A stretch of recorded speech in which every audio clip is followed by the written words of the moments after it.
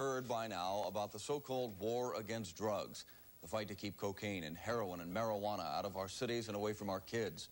Well, tonight in our special assignment, Life on Drug Row, News 4's Rich Newberg and photographer Scott Alexander go into some sections of Buffalo where the junkies and the dealers control the streets, making life a miserable existence for residents there. Here's what they found. I'll tell you what it is. If you want to know what it is, it's a jungle out here. You got to survive. You rather see me in the pen than me and Lorenzo rolling in a benzo, searching my car, looking for the product, selling narcotics. They put out my picture with survival for addicts on Drug Row means getting what they need to get high, and anything they need can be bought here. You got heroin and cocaine and probably any other drug that's out on the street. You know, the more you've got, the more you want. It's something that you never really have enough of. inside, rabbit like a rabbit. Life in these pockets of the inner city unfolds on the street. Kids hang out on the corner. Street kids who are growing up too fast.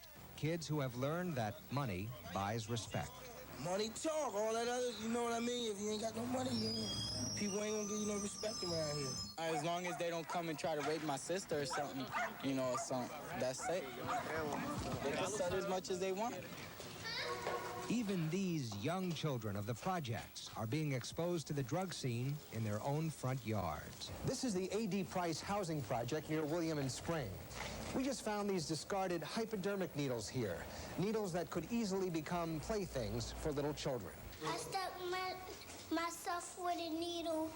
Children like 5-year-old Candace, who pricked her finger with a drug needle while playing in the courtyard. Her mother thinks addicts should be more careful. When they finish using whatever they're using, throw it away, dispose of it right, because she 5 years old. I want to see her get 6, 7, 8, and so forth. Then there's 5-year-old Monica of the LaSalle projects, who shows her mother where she bit off a needle and swallowed the contents of the syringe. I was chewing on it and I swallowed it. I'm angry. My daughter should be able to play outside without having things like this laying around. I'm concerned that my daughter might show up with AIDS in 10 years. These are hiding places all in here. They'll stick them in there. We got another one down here. The housing police are also concerned. The junkies are out there. They don't care about little kids on the street. They can care less who picks the needles up, who finds them. They don't care. As long as they're doing their thing, that's all that matters to them. Cocaine can damage your brain. Tomorrow night at 11, the only ones who can really make a dent on Drug Row. He shook his head thinking of the mess. Then the cops came with a warrant for his arrest.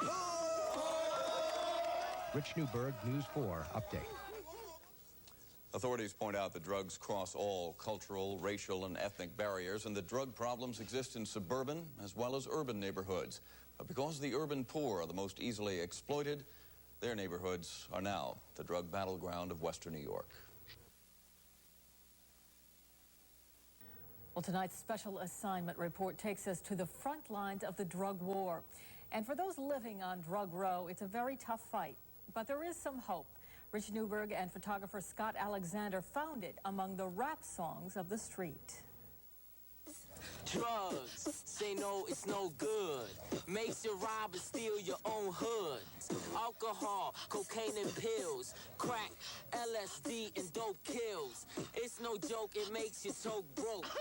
Enough of it will make you choke croak. Let me get into the subject. This is the rap of a defiant young anti-drug group of Puerto Ricans on Buffalo's Lower West Side.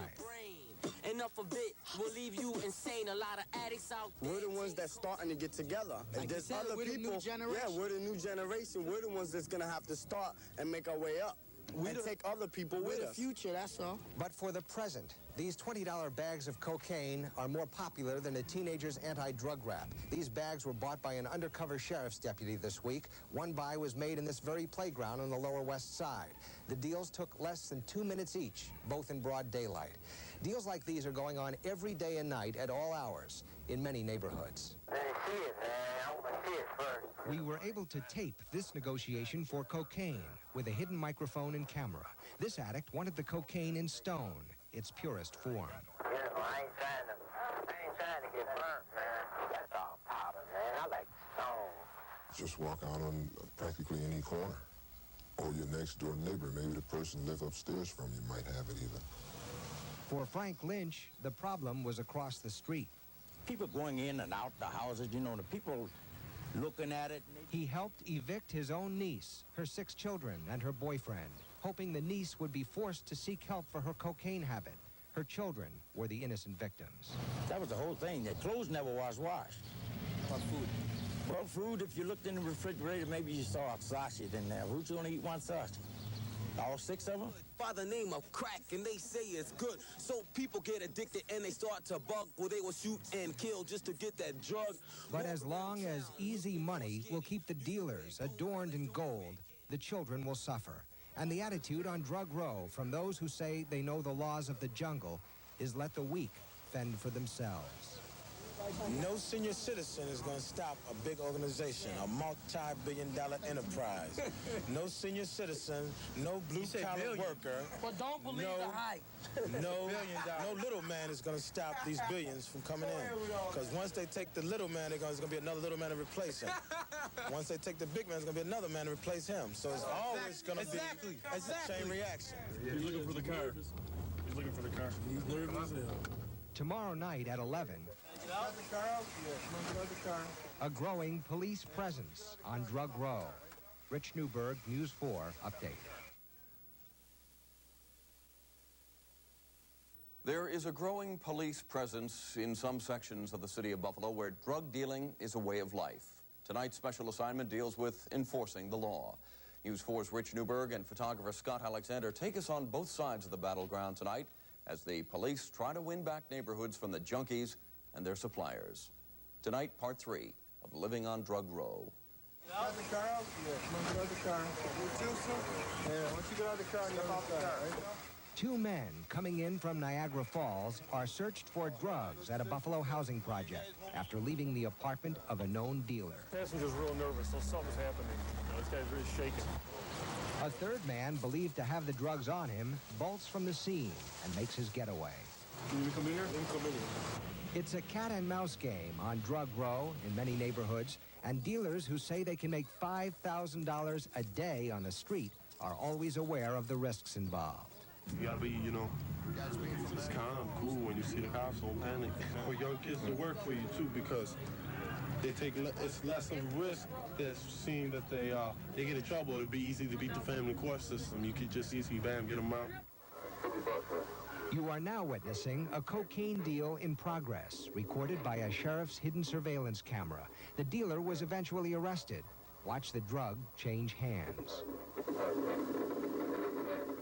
Keep a constant pressure on the dealers, and if we can keep the pressure on, get them off the streets, seize their asses, seize the money, seize the cars, seize their property, we're going to make drug dealing very, very expensive for them. It is also costing people their lives. Police believe the execution-style murder of Ivan Ware of Fox Street Monday may have been drug-related. Tuesday, a machine gun and other weapons were confiscated at a Greenfield Street home, along with nearly a kilo of cocaine. Here on the Lower West Side, a series of raids and the death of Hector Trinidad have touched off deep resentment and anger on Drug Row. Trinidad died after being arrested by Buffalo police officers who said he had choked on a bag of cocaine. A cop will beat you down for anything, even if you're clean or anything.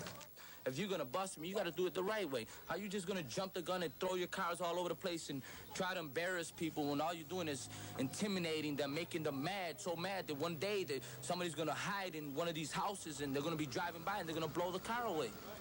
This kind of talk doesn't seem to bother Officer Andy Ortiz, who has gotten to know a lot of the kids who live on Drug Row by name. Like, good, no drugs, work. Except for he had hepatitis the one time. He says there is a sadness here that tends to bring the whole neighborhood down. You know, I feel sorry for the young kids that have to walk through this every day. And that's why, if you see when I'm around, they won't congregate on the sidewalk. They won't abuse people. They won't approach cars like they do when you're not around. You know, they like to let the people at least have peace some of the time throughout the day.